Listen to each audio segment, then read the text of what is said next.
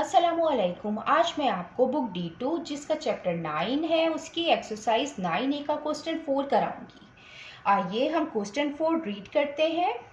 Find the value of the unknown in each of the following right angle triangles. Question में हमें unknown की value find करनी है और हमें राइट एंगल ट्राइंगल गिवन है। क्वेश्चन 4 के A to D पार्ट है। ए और बी पार्ट मैं इससे पहली वीडियो में करा चुकी हूँ। ये आपको एक्सरसाइज 9A की प्लेलिस्ट में मिलेंगे, वहाँ से देखना चाहें तो आप देख सकते हैं।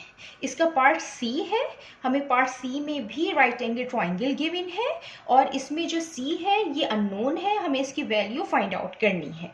राइट एंगल ट्राइंगल वो होता है जिसका एक एंगल 90 डिग्री का हो, तो यहाँ पे ये 90 डिग्री का एंगल है और 90 डिग्री की जो अपोजिट साइड होती है वो लॉन्गेस्ट साइड कहलाती है।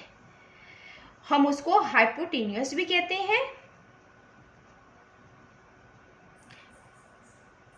और राइट एंगल ट्राइंगल की लेंथ फाइंड आउट करने के लिए अप्लाई करते हैं पाइथागोरस थ्योरम। और according to Pythagoras theorem the square of the longest side is equal to the square of the sum of other two sides. Means Pythagoras theorem के मुताबिक longest side का square equal होता है दोनों side के square के सम के। अब हम यहाँ पे अप्लाई करेंगे Pythagoras theorem using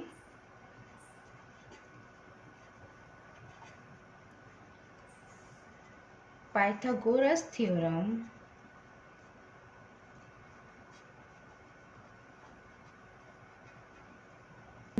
longest side का स्क्वायर, यहाँ पे जो लॉन्गेस्ट साइड है वो 9.8 है, हम इसका स्क्वायर करेंगे। ये इक्वल होती है दोनों के स्क्वायर के सम के। तो यहाँ पे जो वन साइड है वो C है, हम इसका स्क्वायर करेंगे प्लस यहाँ पे 6.5 अदर साइड है, यहाँ पे 6.5 का स्क्वायर करेंगे। हम यहाँ पे कैलकुलेटर यूज़ करते हुए इसको सॉल्व करेंगे। अगर आप विदाउट कैलकुलेटर भी करना चाहें तो आप कर सकते हैं। 9.8 होल स्क्वायर ये इक्वल होता है 96.04 के।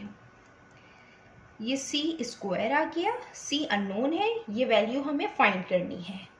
6.5 का स्क्वायर इक्वल होता है 42.25 के। 42.5 यहाँ C स्क्वायर से प्लस हो रहा है, जब ये दूसरे साइड पे जाएगा तो ये माइनस की फॉर्म में आएगा। 96.04 minus 42.25 is equal to C square. जब हम 96.04 में से माइनस करेंगे 42.25 तो ये आएगा 53.79 के। ये हम एज इट इज़ लिख देंगे।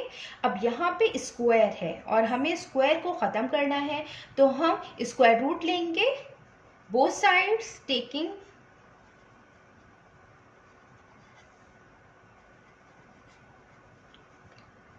Square root on both sides. यहाँ पे हम स्क्वायर रूट लेंगे 53.79 is equal to C square. Square से स्क्वायर रूट कैंसिल होता है। 53.79 का जो रूट है ये इक्वल होता है 7.33 के। यहाँ पे C आया। कोई भी वैल्यू स्क्वायर रूट से बाहर आती है तो वो प्लस और माइनस की फॉर्म में होती है। मीन्स उसके दो आंसर होते हैं, एक प्लस में और एक माइनस में। लेकिन हमें यहाँ पे लेंथ फाइंड आउट करनी है तो लेंथ जो होती है वो पॉजिटिव में होती है, तो हम पॉजिटिव में ही लिखेंगे। यहाँ पे 7.33 है और ये मीटर है तो हम यहाँ पे मीटर लिख देंगे। हम इसको इस तरीके से भी लिख सकते हैं, C इक्वल 7.33 मीटर।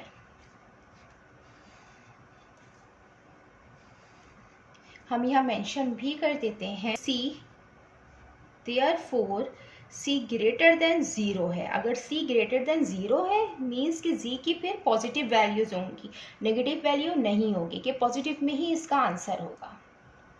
आइए अब हम इसका पार्ट D करते हैं। इसके पार्ट D में भी हमें राइट एंगल ट्राइंगल गिवन है और इसका एक एंगल 90 डिग्री के इक्वल है। 90 डिग्री की जो अपोजिट साइड होती है वो लॉन्गेस्ट साइड कहलाती है। यहाँ पे ये अपोजिट साइड है, ये लॉन्गेस्ट साइड है। हम इसमें भी पाइथागोरस थ्योरम अप्लाई करेंगे अननोन की वैल्यू मालूम करने के लिए, डी फाइंड करने के लिए, मीन्स कि हमें लेंथ फाइंड करनी है यहाँ पे। तो हम यूज़ करते हैं यूजिंग पाइथागोरस थ्योरम।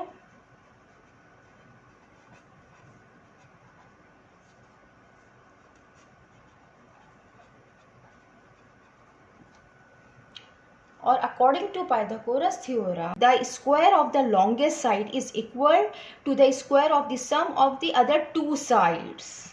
यहाँ पे जो लॉन्गेस्ट साइड है वो 24.7 है, उसका हम स्क्वायर करेंगे और ये इक्वल होती है दोनों के स्क्वायर के सम के। तो यहाँ पे d है तो हम d का स्क्वायर करेंगे प्लस 14.5 का स्क्वायर करेंगे। अब 24.7 पे जो होल स्क्वायर है वो इक्वल होगा 610.09 के डी स्क्वायर प्लस यहाँ पे जो 14.5 है ये इक्वल होगा 210.25 के। अब ये 210.25 यहाँ प्लस हो रहा है डी स्क्वायर से, जब दूसरे साइड पे जाएगा तो माइनस में आएगा। 610.09 माइनस 210.25 इक्वल डी स्क्वायर के।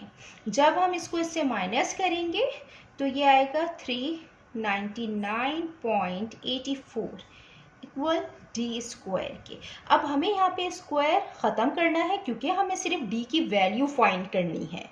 तो हम स्क्वायर रूट लेंगे बोथ साइड, टेकिंग